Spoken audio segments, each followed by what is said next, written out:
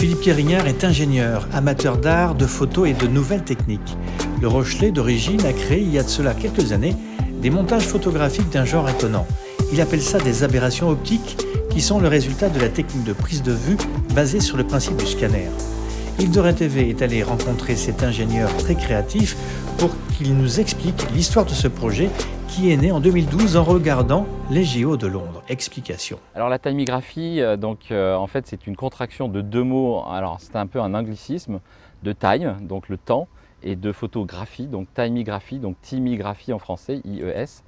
Et l'idée en fait, c'est alors que lorsqu'on prend une photo classique, on prend un large espace en une fraction de seconde. Et ben moi en fait je fais exactement le contraire. Je prends une photo pendant une durée de temps assez longue, mais par contre je prends un espace extrêmement fin. Et finalement, c'est une pause longue. Et pour les pros de la photo, quand même dire, alors quand on fait une pause longue, finalement on a des aspects flous, mais justement la technique que j'emploie me permet de faire une pause longue sans flou. Donc c'est ça justement l'originalité. Et donc ça donne des photos qui donnent des déformations mais très nettes, donc qui ne sont pas issues de manipulation, que ce soit Photoshop ou informatique. Et en fait ce qu'on voit sur ces photos, c'est le temps qui passe à un endroit pendant entre 2 et 4 minutes. Et on voit donc des déformations sur ces photos. En 2012, l'été 2012, j'ai eu un grave accident de planche à voile où j'ai été touché à la colonne et j'ai été donc immobilisé pendant 3 semaines au lit. Et l'été 2012, c'était les JO à Londres. Et donc je regardais les JO et j'ai vu à peu près toutes les épreuves, entre guillemets malheureusement. Et je trouvais que les photos finish justement étaient déformées, on voyait les gens déformés, etc. Et vous pouvez regarder d'ailleurs sur internet, vous tapez photo finish et vous verrez que les corps sont déformés.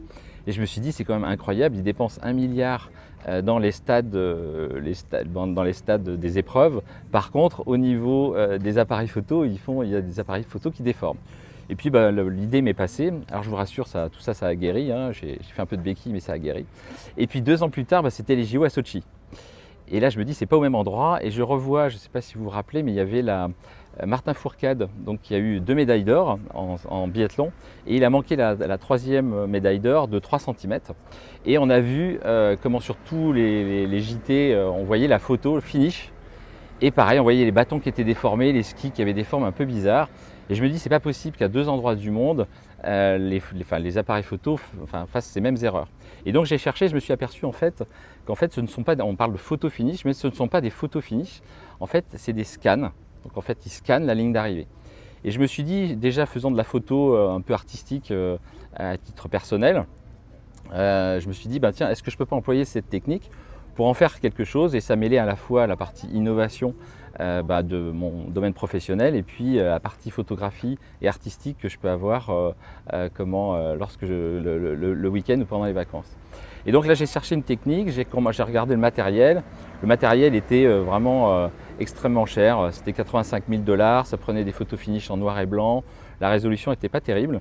Et donc j'ai essayé d'imaginer à bricoler mon appareil photo pour faire ce genre de choses. Les premiers essais n'étaient pas très concluants, mais en persévérant, ça donne des choses assez drôles et assez étonnantes. Alors maintenant je commence à avoir l'habitude, mais au début j'avais du mal à savoir ce que ça allait donner à la fin comme rendu.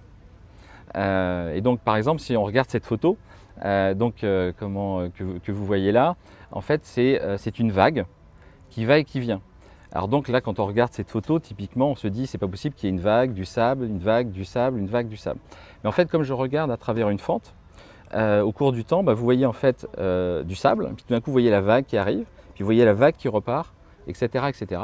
Et donc on voit sur ce panorama, parce qu'à chaque fois les photos sont faites sous forme de panorama, parce que justement on voit le temps qui s'écoule, il y a à peu près 2 minutes, entre 2 et 4 minutes, entre le côté droit et le côté gauche de chaque photo. C'est la réalité, à part que c'est la réalité dans le temps. Et on n'a pas l'habitude. Parce qu'une photo, elle affiche un instantané. Une vidéo, c'est le temps, mais il n'est pas imprimé. On ne peut pas imprimer une vidéo. Là, justement, c'est un espèce de mixte entre une vidéo qui décrit le temps et puis une photo qui décrit un instant. Là, en fait, j'ai réussi à imprimer quelque part une vidéo. Moi, je travaille beaucoup les couleurs pour que ça soit des couleurs très vives. Et pour qu'il y ait un effet visuel, la technique, en fait, c'est un peu comme la technique du sismographe. Quand vous avez un sismographe, vous avez une espèce de bande de papier qui défile et vous avez un stylet qui bouge de manière verticale. Alors dans l'espace, il bouge de manière verticale. Mais dans le temps, quand on tire le papier, donc en l'occurrence là c'est la pellicule ou le support, finalement ça va faire une espèce de sinusoïde. Là c'est la même technique. Et donc finalement, au lieu que ça soit un stylet avec de l'encre, là c'est la lumière. Et donc en fait, tous les objets ou tout l'environnement qui est immobile est transformé en ligne horizontale parallèle. Et tout ce qui bouge est plus ou moins reconnaissable en fonction de la vitesse à laquelle il se déplace. Les reportages d'Île de Ré TV. Alors moi j'aime bien prendre les photos comme à l'île de Ré et notamment à Rivedoux parce que la plage est extrêmement longue à marée basse et donc la mer, quand elle arrive, elle parcourt les vagues, parcourt des longues distances et ça fait un effet, vous pouvez voir sur cette photo typiquement, ça fait un effet de cascade. C'est dû justement à la vitesse de l'eau et à la perspective. Parce que l'eau, c'est un peu comme dans les trains, le poteau qui est près et le poteau qui est loin, ils vont pourtant à la même vitesse, mais on n'a pas cet même effet. Et la vague, quand elle arrive, quand elle est loin, elle va doucement. Donc quand elle a été tirée dans le temps, elle va doucement et tout d'un coup, donc elle est en biais.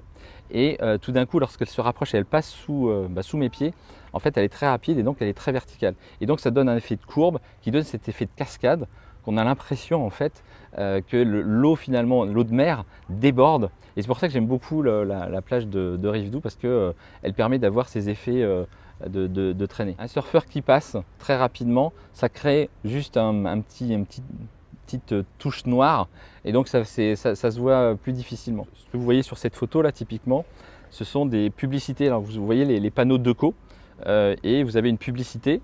Et puis tout d'un coup, il y a une publicité qui baisse, exactement, il y a des publicités déroulantes. Et là, on voit très bien le phénomène, c'est que lorsque la publicité est arrêtée, ce sont donc des lignes horizontales, et tout d'un coup, elle tourne, donc on voit que ça descend. Il y a d'autres couleurs, donc on voit d'autres, et donc ça fait ces phénomènes de vagues. Et ce que vous voyez, ce qui passe devant, sont des gens qui passent avec des parapluies. Et donc ces gens-là passent à la bonne vitesse, c'est pour ça qu'ils ne sont pas déformés.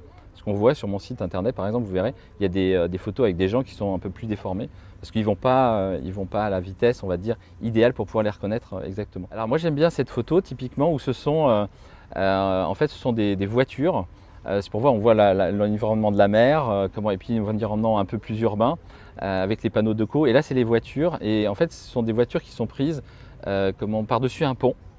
Et ça illustre très bien, j'aime bien pour l'expliquer la technique, ça illustre très bien la technologie utilisée, c'est que toutes les voitures qui sont très rapides donc passent devant la fente de manière très vite parce qu'elles ne s'arrêtent pas dans la fente, donc elles sont des lignes très fines. Par contre les voitures finalement qui arrivent devant la fente et qui s'arrêtent et repartent, en fait on a l'impression de voir des bus parce qu'elles s'allongent en fait dans le temps, mais en fait non, ce sont des voitures qui sont juste plus lentes. Comme les trains. Exactement, alors typiquement, exactement. Alors ça c'est un excellent exemple.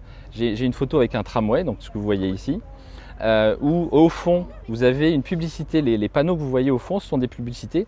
Alors là ce ne sont plus des publicités qui défilent de manière verticale, ce sont des panneaux qui pivotent. Vous savez, vous avez des lames qui pivotent, et bien là en fait on voit qu'il y a plusieurs publicités qui pivotent au cours du temps.